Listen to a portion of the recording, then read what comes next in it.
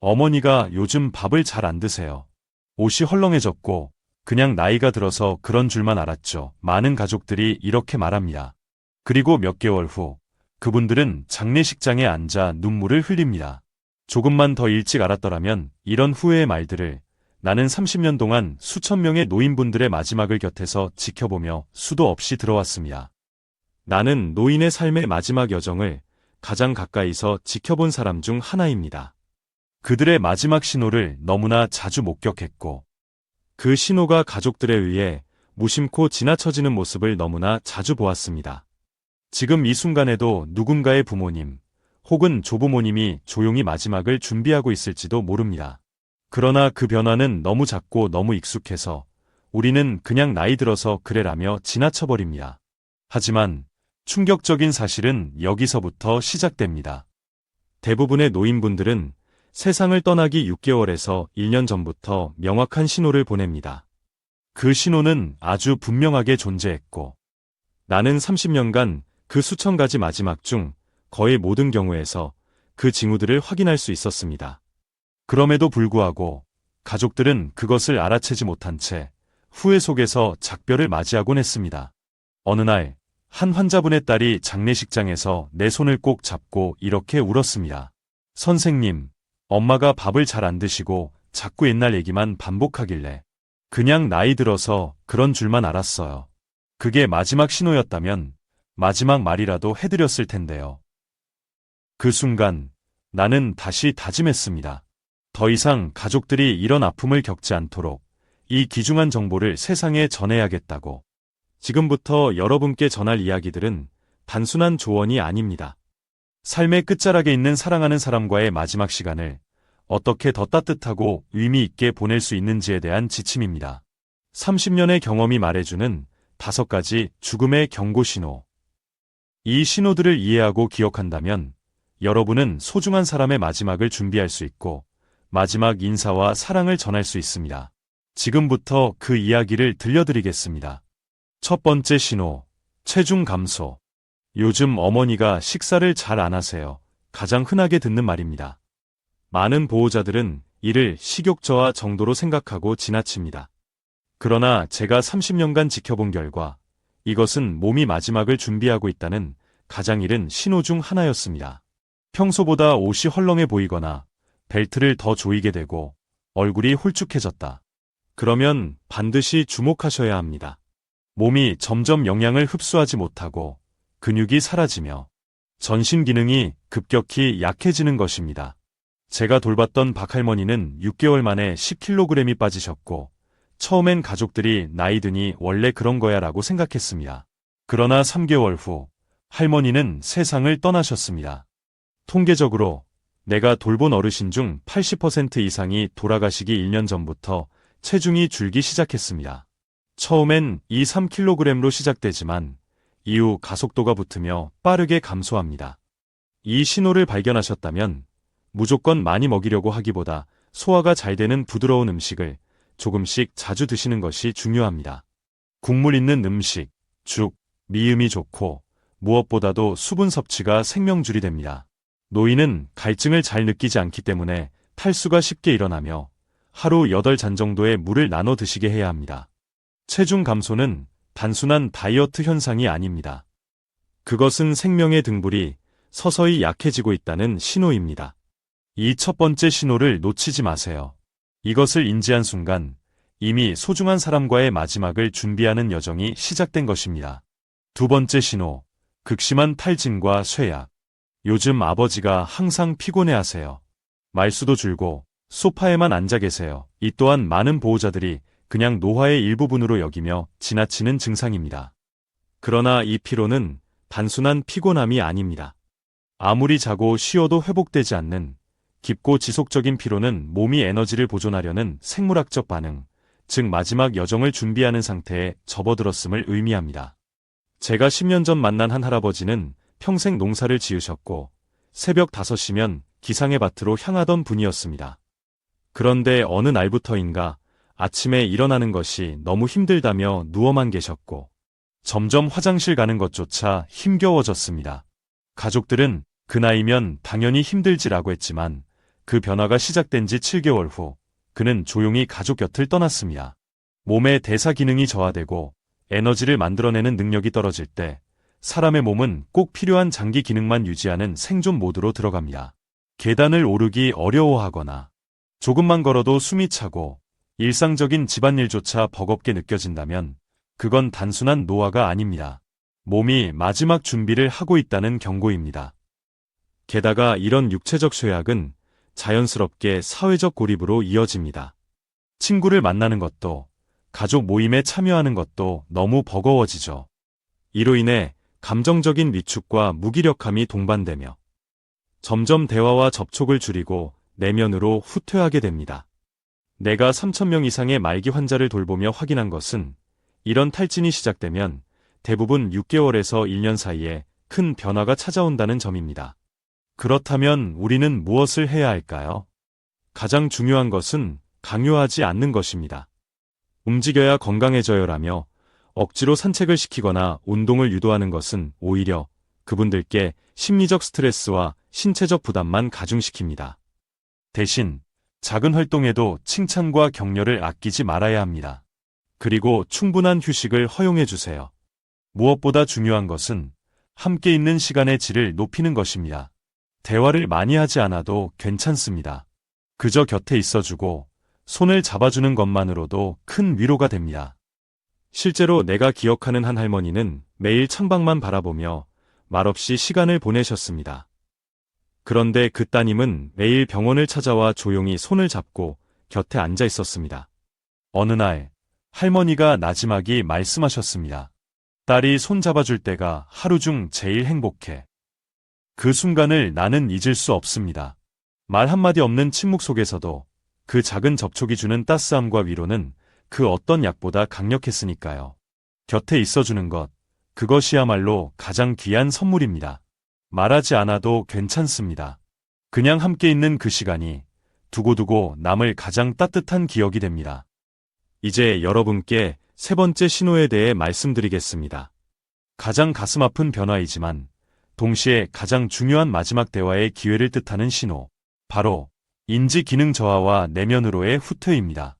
세 번째 신호, 인지 기능 저하와 내면으로의 후퇴.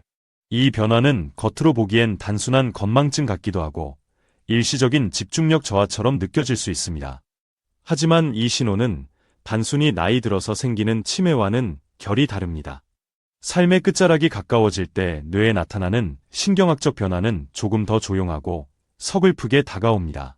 정 할머니는 40년간 초등학교 교사로 일하시던 누구보다 똑 부러지고 총명했던 분이었습니다. 그러나 어느 날부터 같은 질문을 반복하시고 가족들 이름을 자꾸 헷갈려 하기 시작했습니다. 가족들은 치매 검사를 받게 했지만 검사 결과는 정상이었습니다. 그리고 정확히 5개월 후 할머니는 세상을 떠나셨습니다. 이처럼 병원에서 아무런 이상이 없다고 해도 뇌로 가는 혈류가 줄어들면서 뇌세포 기능이 서서히 저하되는 경우가 많습니다. 갑자기 길을 잃거나 사소한 결정을 내리지 못하거나 매일 하던 취미 활동에 흥미를 잃는다면 이는 단순한 노화가 아닌 삶의 종료를 향한 뇌의 반응일 수 있습니다. 더 주목해야 할 변화는 내면으로의 후퇴입니다. 평소 수다스럽고 활발하던 분이 어느 순간부터 말수가 줄고 가족 모임에서도 한쪽 구석에 앉아 조용히 계시고 대화에는 거의 참여하지 않으려 합니다. 그저 창밖을 멍하니 바라보거나 먼 과거의 이야기, 자신의 유년 시절, 젊은 시절, 결혼 이야기 같은 를 반복해서 말합니다. 이것은 마치 자신의 삶을 정리하고 마지막 인생 페이지를 넘기려는 무의식적인 행동입니다. 내가 수많은 사례를 통해 확인한 바에 따르면 이런 인지적, 감정적 후퇴가 시작되면 보통 3개에서 6개월 안에 더 큰 신체적 변화가 뒤따릅니다. 그렇기 때문에 이 시기는 너무나도 소중합니다. 마지막 대화를 나눌 수 있는 시간, 아직 감정적 연결이 가능한 순간이기 때문입니다. 하지만 많은 가족들이 이때 실수를 합니다. 정신 차리세요. 왜 그렇게 멍하게 있어요? 이야기 좀 제대로 해봐요. 이런 말은 오히려 어르신들에게 깊은 상처가 됩니다.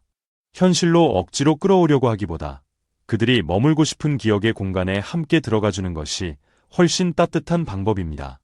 어떻게 해야 할까요? 첫째, 조용하고 안정적인 환경을 만들어주세요.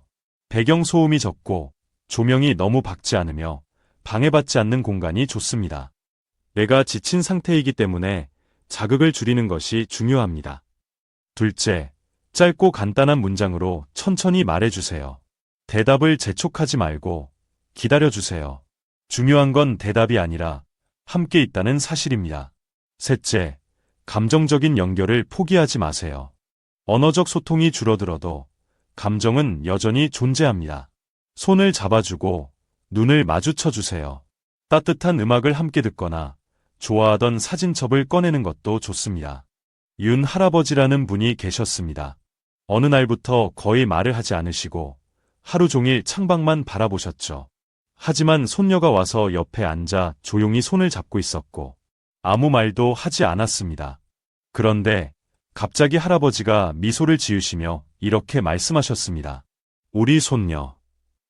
그 순간은 말보다 깊은 사랑이 오가는 기적 같은 장면이었습니다. 감정의 교감은 말보다 훨씬 더 오래 남고 더 깊이 전해집니다. 이 시기에 사랑하는 사람과 마지막 대화를 나눌 수 있다는 것, 그것은 너무나 소중한 선물입니다. 이제 네 번째와 다섯 번째 신호를 알려드리겠습니다. 이 두 가지는 서로 매우 밀접하게 연결되어 있으며 마지막 순간이 임박했을 때 거의 동시에 나타나는 경우가 많습니다. 그리고 이 신호들은 가장 결정적이고 분명한 신호이기도 합니다. 네 번째 신호, 면역력 저하. 요즘 엄마가 감기에 자주 걸려요. 상처도 잘 안 낫고요. 이런 말도 처음에는 별일 아니라고 생각하기 쉽습니다. 계절 독감이 유행일 수도 있고 노인이면 회복이 더디다고 여기기 때문이죠. 하지만 갑자기 면역체계가 약해지면서 반복적으로 감염되거나 작은 상처조차 회복되지 않는다면 이것은 단순한 면역 저하가 아닌 삶의 마지막 단계에서 나타나는 명백한 경고일 수 있습니다. 내가 돌봤던 당 할머니는 평생 감기 한 번 앓지 않으신 건강 체질이셨습니다. 그러나 돌아가시기 약 6개월 전부터 반복적인 감기 증세가 시작됐고 한 번 낫는가 싶으면 또 걸리고 그런 일이 몇 주 간격으로 계속됐습니다. 게다가 작은 종이에 베인 상처 하나가 2주가 지나도 아물지 않았습니다. 가족들은 요즘 감기가 독해서 그래요 라고 생각했지만 나는 직감적으로 알 수 있었습니다. 몸이 스스로를 보호할 수 있는 힘을 잃어가고 있다는 것을. 사실 나이가 들면 면역력은 자연스럽게 떨어집니다. 하지만 중요한 건 급격한 저하입니다. 면역 체계가 무너지는 속도가 눈에 띄게 빨라졌다면 그것은 단순한 노화가 아닙니다. 몸이 더 이상 외부 자극에 대응할 여력이 없고 스스로를 지키는 기능을 멈추기 시작했다는 신호입니다. 또한 요로감염, 폐렴, 대상포진, 입안염증 등이 잦아지기 시작하면 이는 생명력이 급속도로 소진되고 있음을 나타냅니다. 내가 30년간 수천 명의 환자를 돌보며 기록한 데이터에 따르면 면역력 저하가 나타난 후 세계에서 6개월 내의 상태가 급격히 악화되는 비율이 78%에 달했습니다. 이런 상황에서는 어떻게 돌봐야 할까요? 무엇보다 중요한 것은 치료보다 회복에 집중하는 것입니다. 의학적 개입이 필요한 경우도 있지만 무리한 항생제 처방이나 병원 출입이 반복되면 오히려 노인의 몸에 더 큰 부담을 줄 수 있습니다. 실내 온도를 일정하게 유지하고 청결에 신경 쓰며 수분 섭취를 충분히 유지하는 것, 이것만으로도 감염 위험을 크게 낮출 수 있습니다. 또한 면역력을 돕는 가장 중요한 요소는 바로 정서적 안정입니다. 스트레스를 줄이고 평온하고 안정적인 일상을 유지해주는 것만으로도 면역 체계는 큰 힘을 얻습니다. 이제 마지막이 다가왔음을 가장 명확하게 보여주는 신호 다섯 번째 신호, 호흡과 혈액순환의 변화를 말씀드리겠습니다. 이 신호는 대부분의 사람들이 알아채기 어렵지만 삶의 마지막 단계에 가까워졌다는 결정적 징후입니다. 숨소리가 달라졌다는 말을 듣는 순간 나는 마음속으로 카운트를 시작합니다. 이제는 정말 그 마지막이 가까워졌다고. 다섯 번째 신호, 호흡과 혈액순환의 변화. 마지막을 준비하는 몸은 가장 먼저 호흡의 리듬에서 그 징후를 드러냅니다. 숨이 얕아지고 일정하지 않은 패턴으로 변하며 때때로 숨을 들이쉴 때 그르렁 혹은 가쁜 헐떡임 같은 낯선 소리가 나기 시작합니다. 이런 변화는 종종 밤이나 새벽에 더 두드러지며 낮잠을 자는 시간이 점점 길어지는 것도 이 신호의 일부입니다. 내가 돌봤던 이병철 할아버지는 한여름에도 두꺼운 양말을 신고 무릎에 이불을 덮고 계셨습니다. 처음엔 가족들도 에어컨 바람이 차서 그렇겠지라며 가볍게 넘겼지만 나는 알고 있었습니다.